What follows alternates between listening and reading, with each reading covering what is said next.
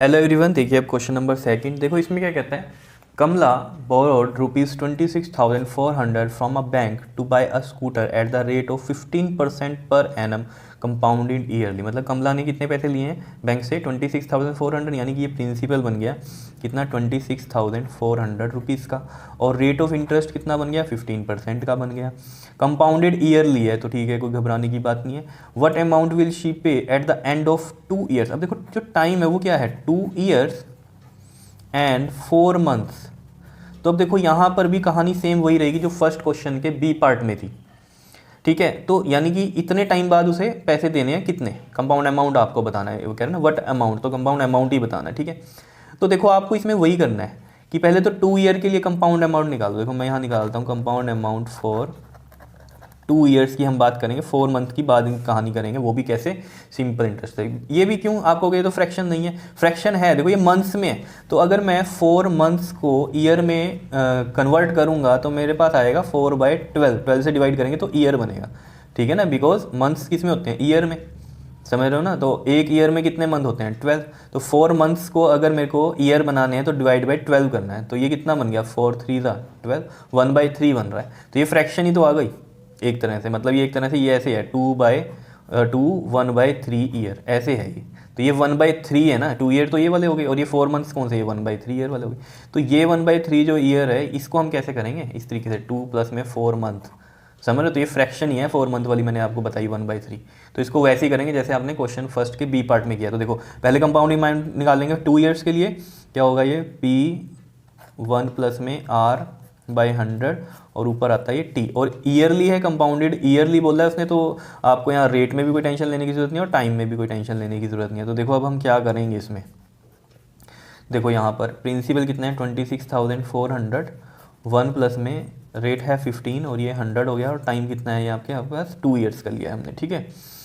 तो यहाँ पर देखो ये 5 3 15 एंड 5 2 10, ये बन गया आपके पास, ठीक है। तो यानी कि यहाँ मैं एलसीएम लूँगा 20, तो इधर 20 आ जाएगा और इधर कितना आ जाएगा 3 आ जाएगा, और ये पावर 2 चल ही रही है यहाँ पर, समझ रहे हो।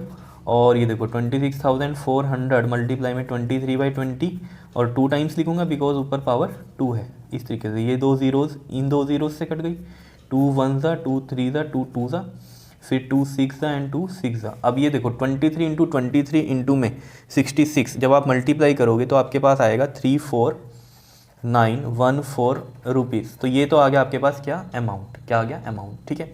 लेकिन ये 2 साल का है, अभी हमारे पास 4 मंथ्स की कहानी बाकी है, ठीक है। तो हम क्या करेंगे, अब हमें पता है कि हम निकालते हैं simple interest for 4 months of amount कितना, जो ये वाला आया है, ठीक है, 34,914 पे निकाल लेंगे, ठीक है। तो देखो कैसे निकलेगा, P इंटू में R इंटू में T/100 होता है, ठीक है। तो P कितना है अब 34,914 लेंगे, ठीक है। यही चीज़ याद रखनी है, ये कभी यही ले लो, इस पे नहीं। अब ये आया ना अमाउंट, तो अब बचे हुए जो 4 मंथ्स हैं उस पे इंटरेस्ट जो लगेगा वो कितने पैसों पे लगेगा, इस पे लगेगा, यही क्योंकि कंपाउंडिंग होती है, मैंने बार बार आपको समझाया है। तो इस क्वेश्चन करने से पहले पिछले क्वेश्चन जरूर देख लेना, तो आपको क्लियर कट समझ में आएगी कहानी होती क्या है।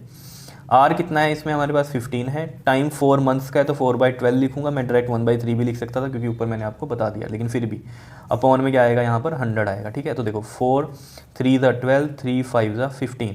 तो अब आप ये 100 को मत छेड़ना, क्यों, इसको मल्टीप्लाई करो डायरेक्ट और फिर 100 से हम पॉइंट लगा देंगे, ठीक है ना।